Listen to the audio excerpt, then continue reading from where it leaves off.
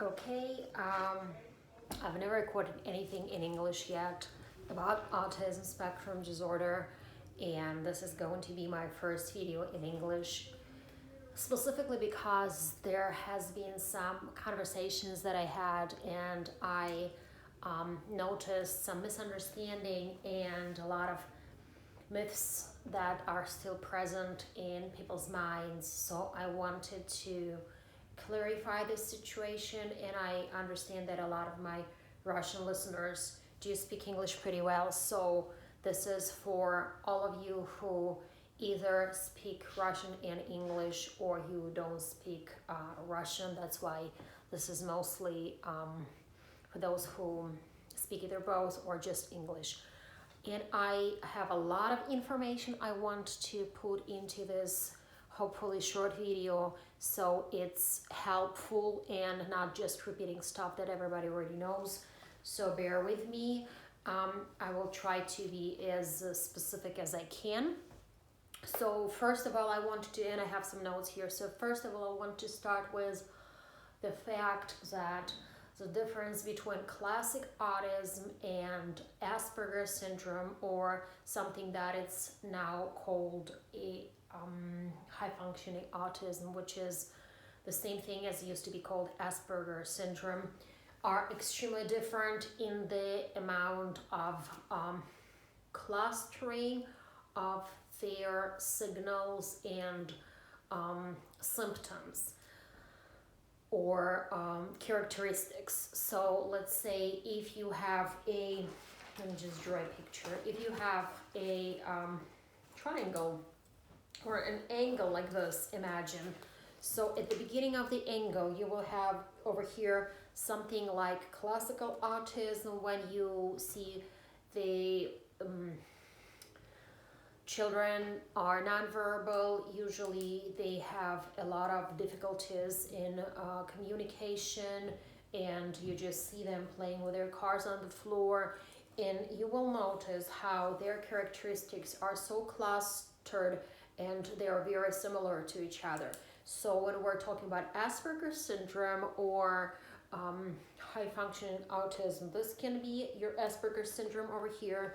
It can be your Asperger syndrome over there. It can be your Asperger syndrome here or there. So you can notice how characteristics are all different, and they are not necessarily all present at one person at the same time.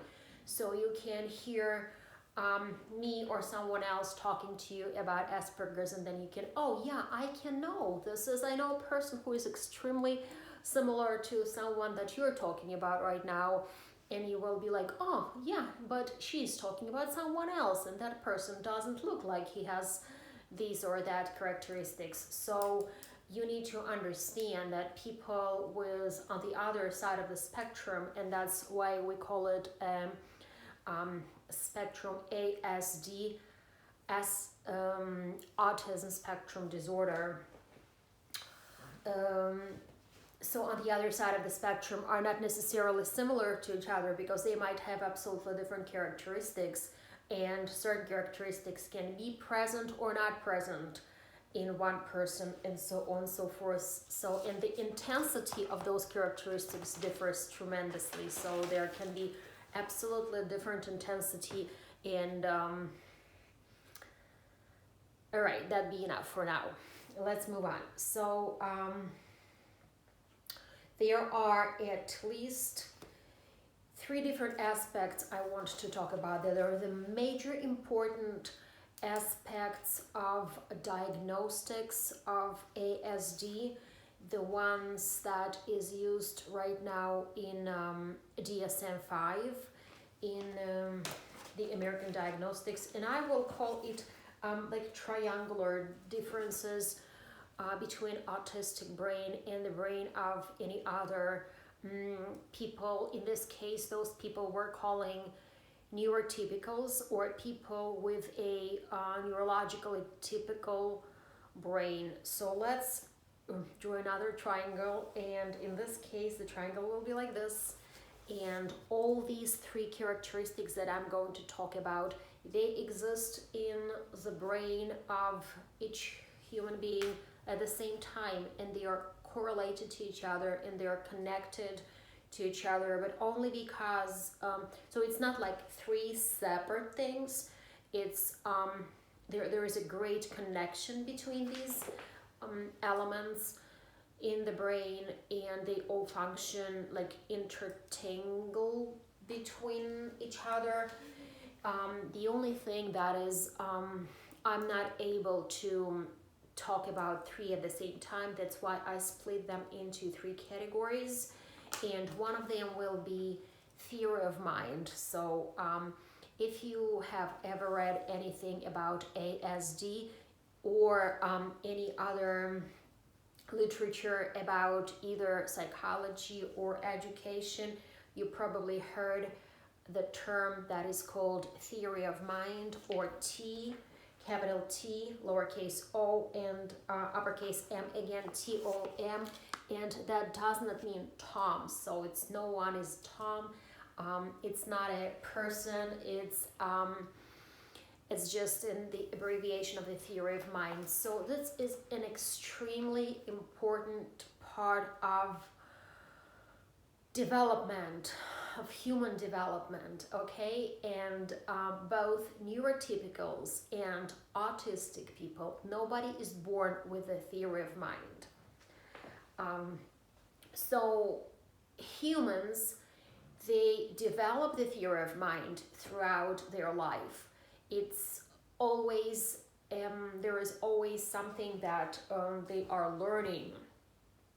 But important thing is that neurotypicals usually develop theory of mind naturally or intuitively, basically observing and learning on their own experiences and life situations, while Asperger's, and I will be using this term particularly in order to distinguish from classical autism, they are capable of learning the theory of mind. They are capable of learning basically everything. The question is that you need to know what they don't know and help them understand what they don't know. And if you are able to understand what they don't know, you will be able to also teach them, because they're capable of learning everything. So having said that, let's just talk a little bit about the theory of mind and how it's developed both in neurotypicals and how people on the spectrum actually suffer from, let's say, developmental disorder in the case of the theory of mind. So theory of mind, once again, is understanding another person's perspective. You can also refer to it as the theory of one big brain. So imagine there are a certain amount, or at least two people in the same room, and everybody has his or her own brain.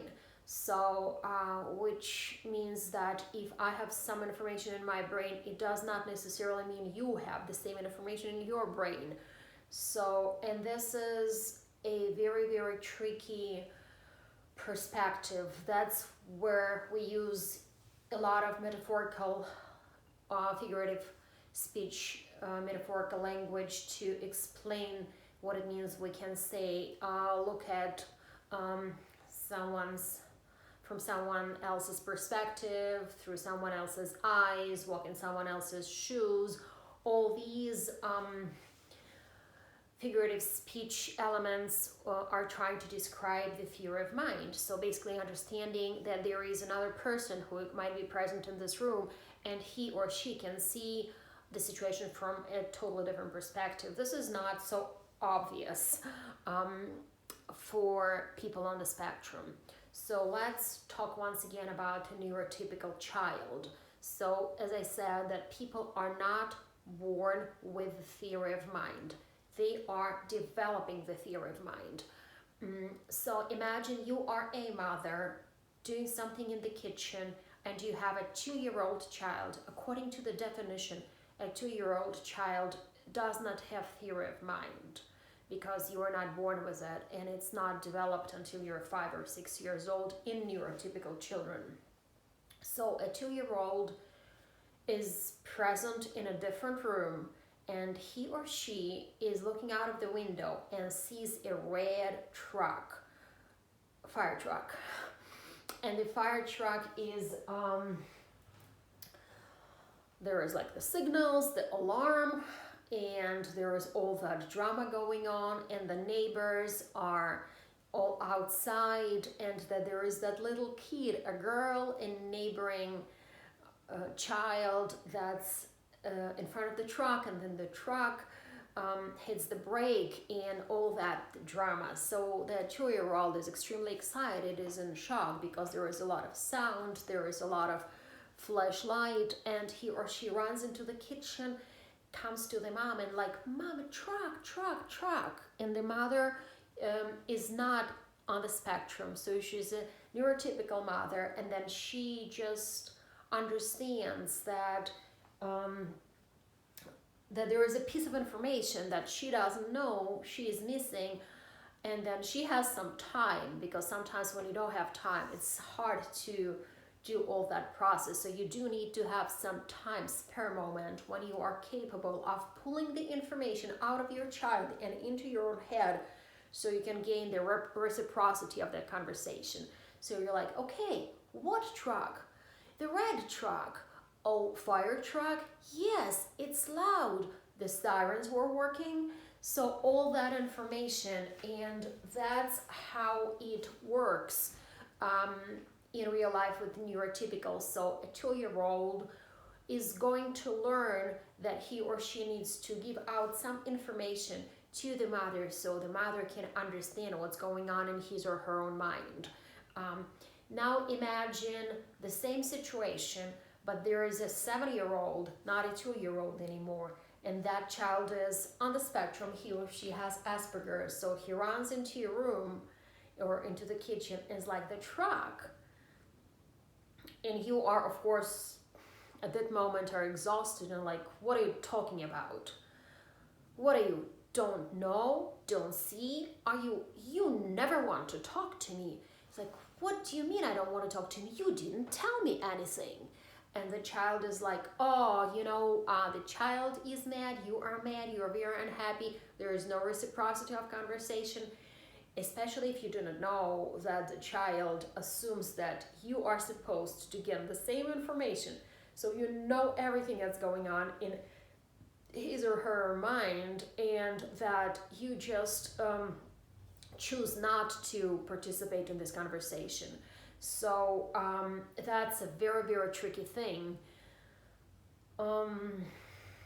So let's pretend that a 5-year-old, a neurotypical, is in kindergarten right now and is telling the same situation about that fire truck to the teacher, explaining, extremely excited, the truck, the lights, and the child already understands that he or she needs to tell the story, so the teacher understands. So there was that fire truck in our street, and Susie, and then the teacher like, "Yeah, what, who's Susie?" And the 5-year-old is like, in his or her own world, everybody knows Susie. I mean, how can you not know Susie? But then a child understands that, okay, the teacher doesn't know who's Susie because Susie exists in my world, exists in my mind. Susie is my neighbor, so I need to tell the teacher the story. Yeah, Susie is the person who lives across the street, blah, blah, blah. And then, so by trial and error, a neurotypical child is learning the theory of mind, how to understand the situation from another person's perspective. And it's much, much harder for a person on the spectrum to do the same, to understand, because there is an assumption that if I know it, if I have this information, if I understand it, everybody needs to know it, everybody needs to understand it. Okay, so another thing is the people on the spectrum are people who are extremely, extremely exact. They don't understand anything that we're calling ish. So let's say if you tell the person the lesson is supposed to start in 7:15, at 7:15, and then you're talking and talking, and it's 7:18, 7:20, and the teacher is trying to start the class, and then the person on the spectrum is like 7:15, and the teacher is like, yeah, I'm trying to start it, thank you very much. So the teacher is already mad that the student has reminded him or her about that we are not starting on time. But the person on the spectrum did not understand that the teacher is mad or upset or whatnot. The person on the spectrum only understands that he or she is being very, very helpful, because probably the teacher just missed the time on the schedule, was supposed to start at 10:15, and so if there are any rules, if there is anything that is structured, it needs to be done according to that structure. And this is extremely helpful for Asperger's, and it's extremely disruptive for them if something is not exact and something is not according to the schedule. So another thing that is important is that there is a rule that can be called a rule of 1/3, and this is not 100% 1/3, it's 1/3-ish. It's approximately 1/3, or it sometimes can be even 2/3, and we're talking about the age. So if we're calling ASD or Asperger's or autism spectrum disorder a developmental disorder, we need to understand that we're not talking about a pervasive developmental disorder, but it's a disorder majorly in a social and emotional field of developmental states. So if we split our personality into 3 categories, and we can talk about physical development, we can talk about cognitive or intellectual development, and the third part will be emotional or social development. So the one that is being delayed is the third part. So if you see a person on the autism spectrum of the high functioning autism, which is Asperger's, then you will notice the person that is by definition is has typically normal or above normal cognitive development and physically the person develops the same, like normally, like everyone else according to his or her age, and then only emotionally or socially him or her develops and delays. So 1/3 or sometimes even 2/3 of the age of the person's age. So when the person is in the person's 40s or 50s, that's not such a big deal anymore. But imagine the person is a child and he or she is 12 years old. It's a very, very significant difference in emotionally developmental delay, because the difference here is very vast, very huge. Did I not turn my phone correctly? I just noticed that, but it's okay, so bear with me. It probably will be just, I should start working on that, on the recording my videos more correctly. So this is extremely important to understand. This is exactly why many people think that if a person is has Asperger's, so the person is probably faking autism, because no way if you are so smart, no way if you're so intellectual and bright, you can be autistic, so to say. No way if you are capable of doing this, you are not able of doing that. And this is so easy and simple, and this is so hard. So these things don't correlate. If you have classical autism, then at least the developmental delay is more pervasive, and which means that it's so much more obvious and clear that the person has disability and suffers. And with people who have Asperger's, it's not as clear at all. You probably won't be able to see it or notice it unless and until something triggers a meltdown, and then you'll be like, oh, or something very obvious will pop up in conversation. You'll be like, okay. So let's move on to the third part of the triangle, and this will be, let me have a look.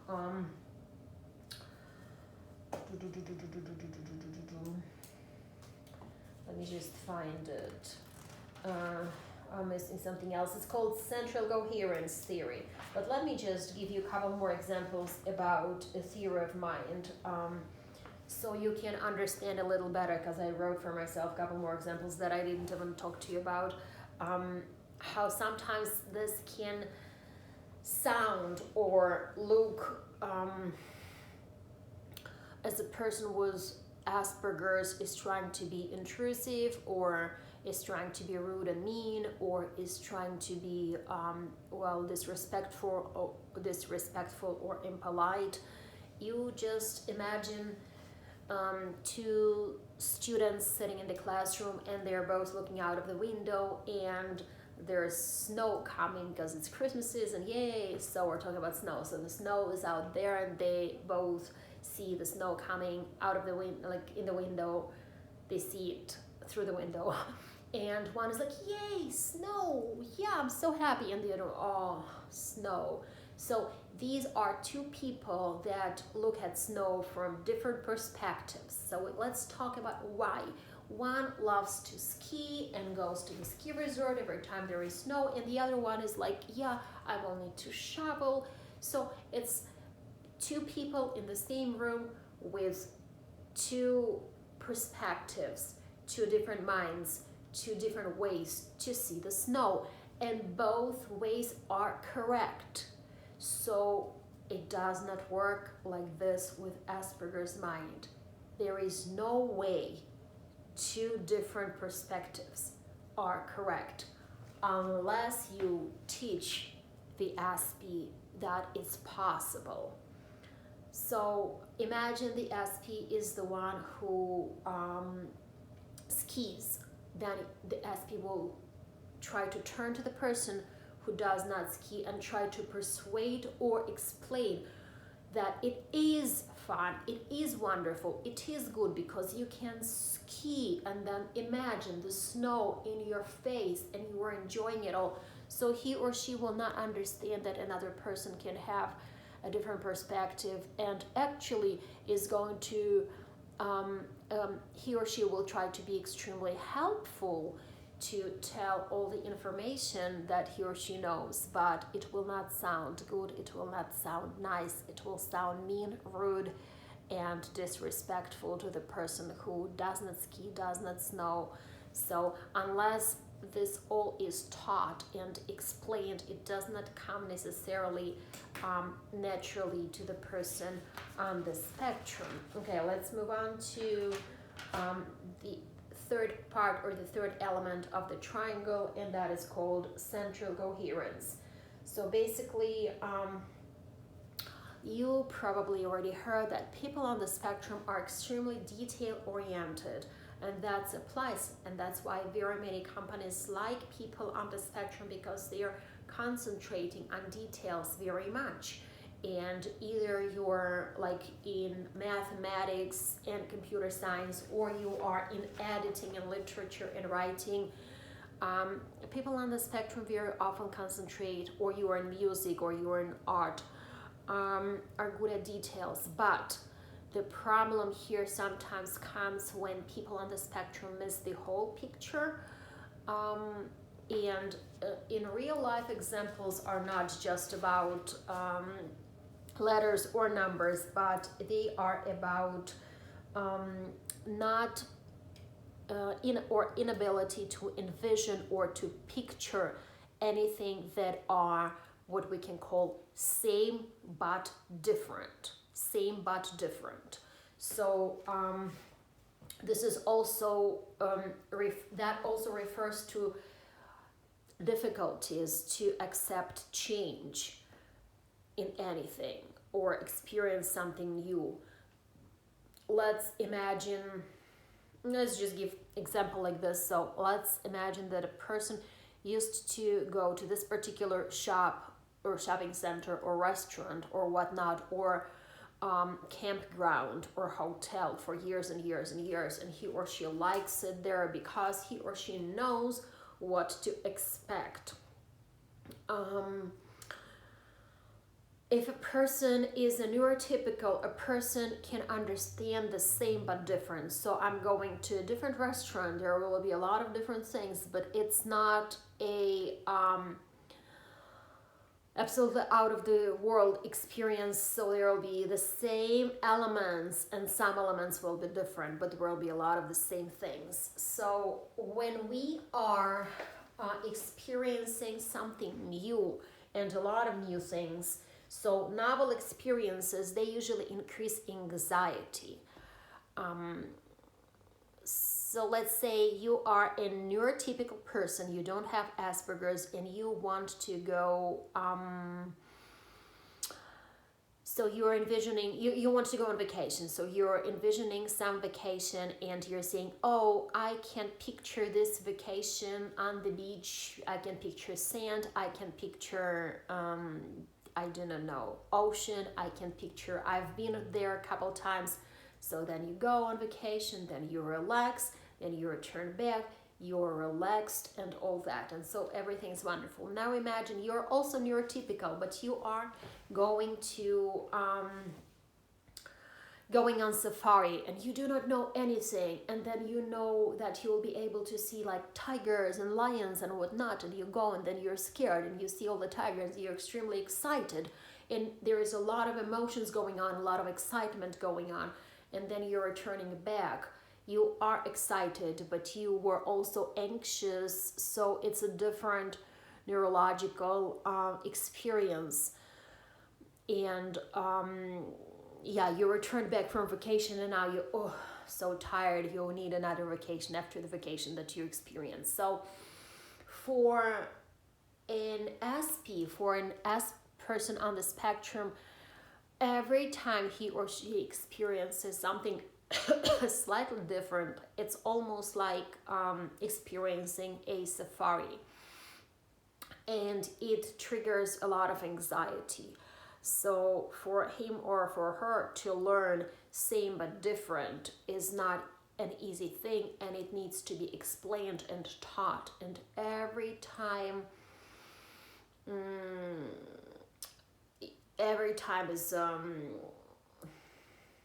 is a challenge. Okay, so this, having said that to de-escalate anxiety, a very, very good thing is of course routine and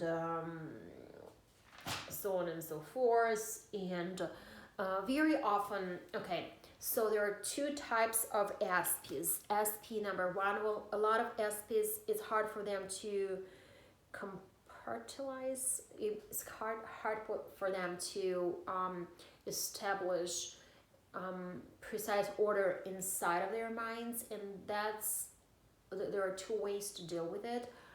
One way is that they have a lot of mess around them in their life, and their life is not organized.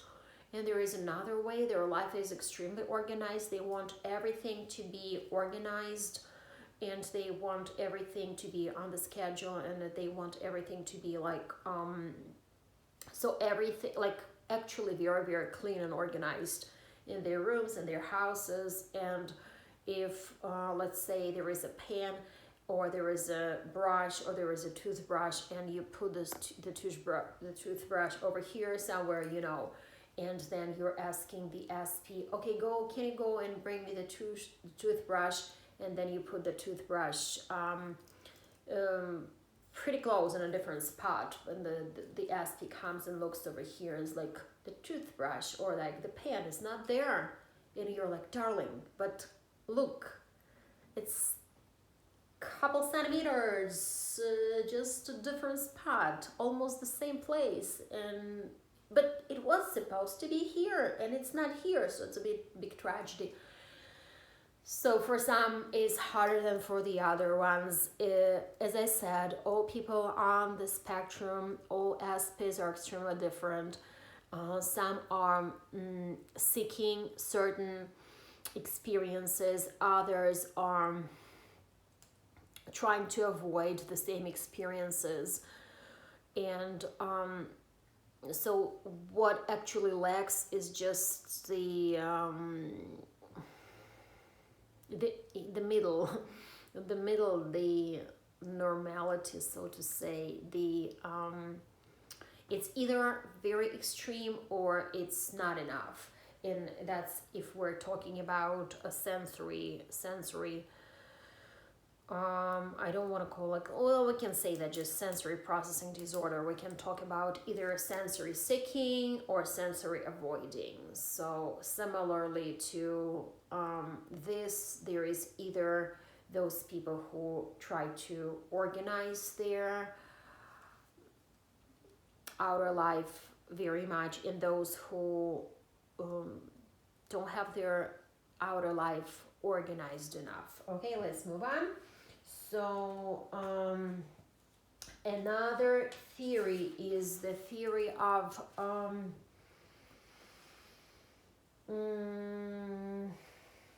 solving problems. Let's just call it this way. Maybe there is another name for it, but the idea here is solving problems. So there is a problem, and the way that neurotypical mind works is the neurotypical mind, as well as autistic mind as well, are looking for a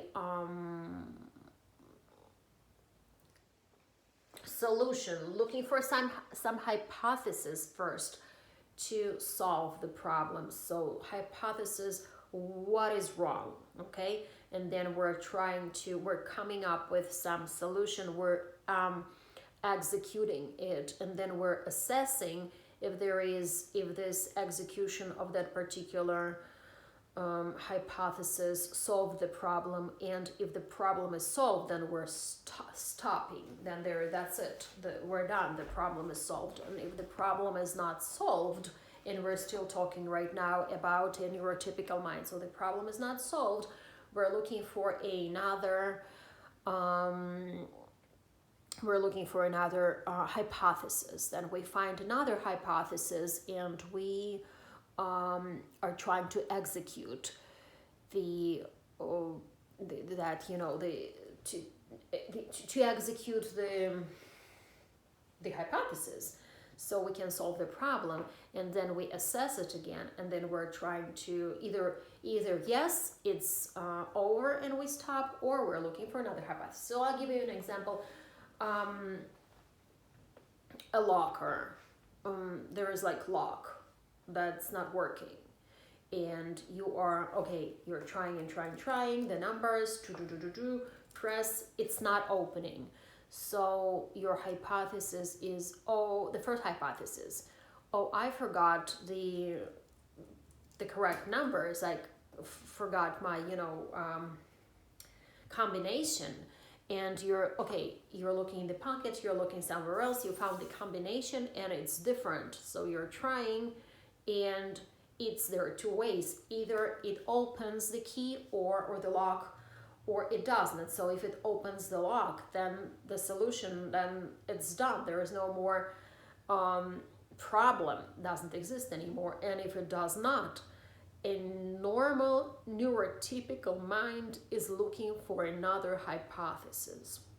A normal state of mind, excuse me. It can be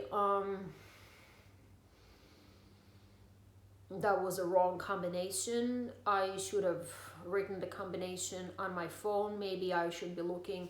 So something like that. Or I should call the school officer or something else. Or I should just, I don't know, try to break so you're constantly looking for different ways to solve the problem. So if your first way of solving the problem did not work, you're not going to repeat it unless you are in a state of some stress where your mind or your brain doesn't work well anymore.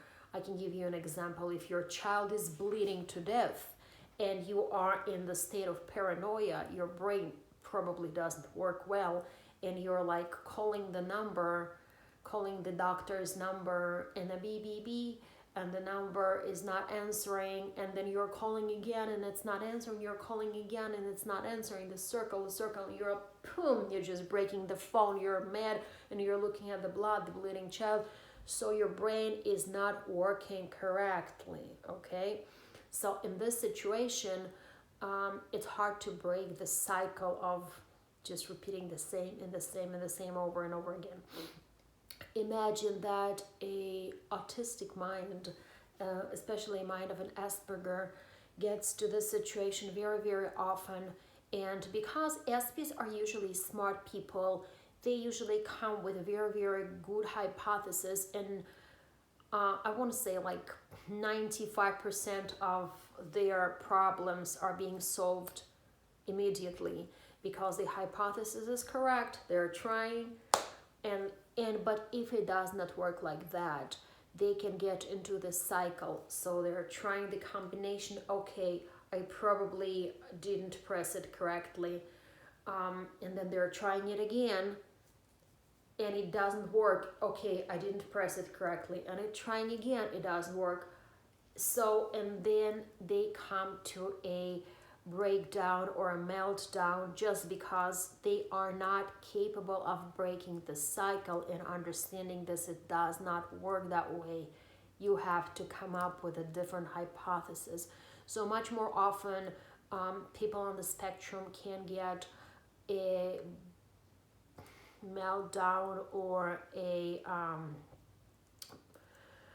breakdown, and in this case, in the situation like that, there is no way of talking to them logically. So their brain, usually they are very logical people. Usually they are capable of communicating very well with words, but not in that state. So if you have a person who is in the state of a meltdown, he or she only needs your support. Don't talk to them. Don't talk to them too much.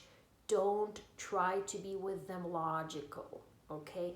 The only thing you can do is you need to, how about we will go for a walk? Let's go over here. Let's come out of the room. Try to pull them out of the environment when they're at. The only thing you can do is just come up to them. You can hug them. You can cuddle. You can, if they like you to touch them. Some of them will not want a touch from you. So that's a different story. So anything like this will help them certainly much more than trying to intellectualize with them at that moment and trying to explain to them why they are being stupid or wrong, because this will never help them, okay? So to wrap it all up, I hope that was a lot of interesting information, and that you are able to understand more now what is the three major aspects or characteristics of Asperger's or high-functioning autism, and how sometimes it's hard for people on the spectrum to function the way neurotypicals want them or expect them to. And on the other, from the other side, how it's harder for neurotypicals to understand the Aspis, for the Aspis to understand the neurotypical world, and but there is a way because Aspis can learn everything, and there is also a possibility for antis to try to understand Aspis. So there is this reciprocity of conversation that is possible. Okay, I hope that was helpful.